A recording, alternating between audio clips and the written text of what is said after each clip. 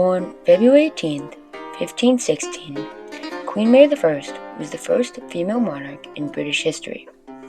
Despite being born over 500 years ago, Mary's reign as queen has had a lasting effect on British history.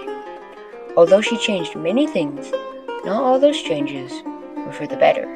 Queen Mary I was the most disliked monarch in British history because, in her perceived responsibility to restore the church, she disregarded the people's rights to choose a religion other than Catholicism. This resulted in the persecution of hundreds of non-Catholics. Queen Mary I was born in the Palace of Placentia, Greenwich, England. Mary was the first child of King Henry VIII. Henry was very disappointed in her birth because he would have liked a male heir. Despite this, Mary was still next in line for the throne until she was declared an illegitimate child upon King Henry's divorce from Catherine of Aragon in 1533. But before the divorce, she was made Princess of Wales by her father in 1525. In 1533, Henry's second wife, Anne Boleyn, gave birth to Henry's second daughter, Elizabeth I. Later, in 1537, Henry's third wife, Jane Seymour, gave birth to his long-awaited male heir, Edward VI, who became king in 1547 at the age of 9. For the first 2.5 years of his reign, his uncle, Edward Seymour, was the Lord Protector. The Lord Protector is a role meaning head of state, but this role is usually temporary and is only used when the monarch can't fulfill their responsibilities. This happened to help Edward run the country when he was so young. Mary's half-brother ascending to the throne was not good for her because her brother shared the same ideals as their father. This meant that the Catholic Church in England was in more jeopardy. Despite their differences, Mary and her two half-siblings, Edward VI and Elizabeth I, had a pretty good relationship. Edward VI was king for 6 years, and in that time, he declared that the next in line for succession would be his first cousin, once removed, Lady Jane Grey. He did this because he wanted to protect the throne from Mary, who he believed would try to reinstate the Catholic Church, undoing what their father had done and what he worked to preserve.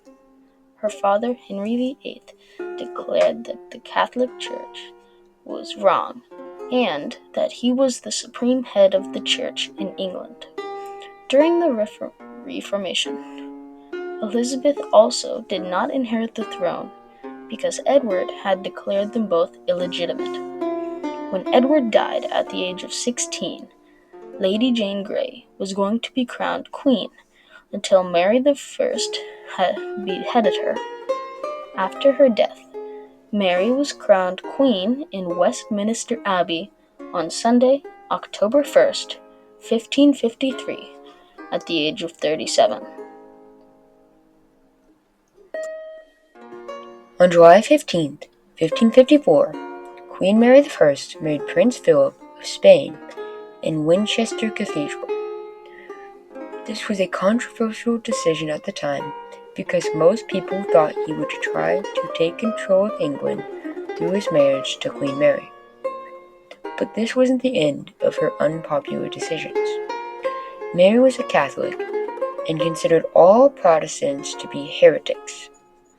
This fueled the reintroduction of heresy laws.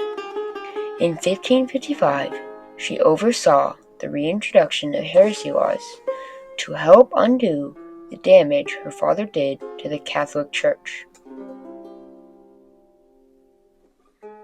The enforcement of heresy laws went on for the next 3 years of her reign, and over this period, more than 300 Protestants were burned at the stake.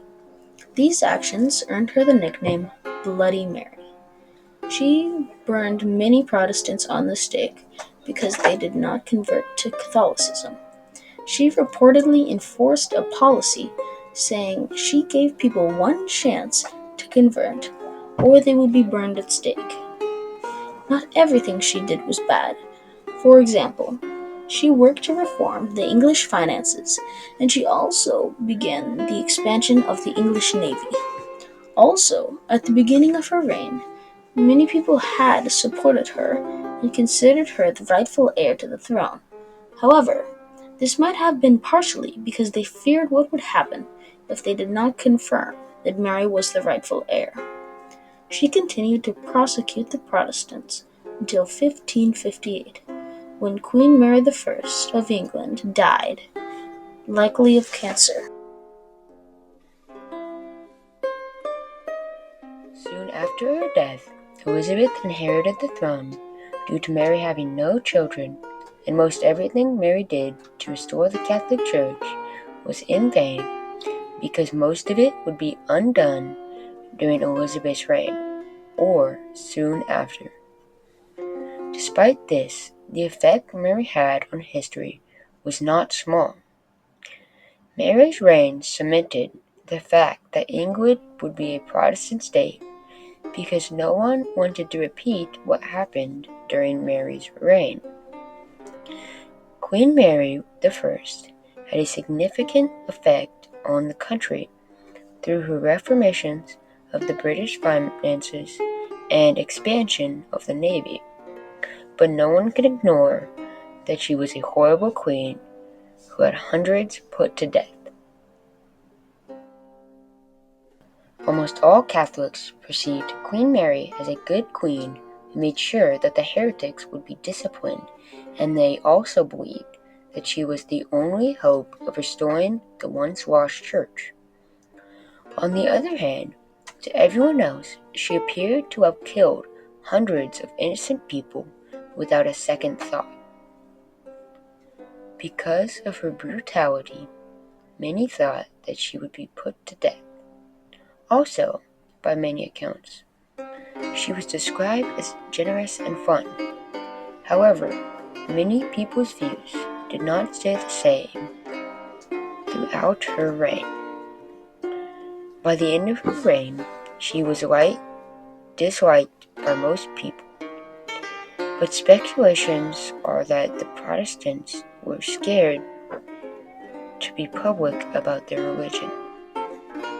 Queen Mary I was the worst monarch in British history.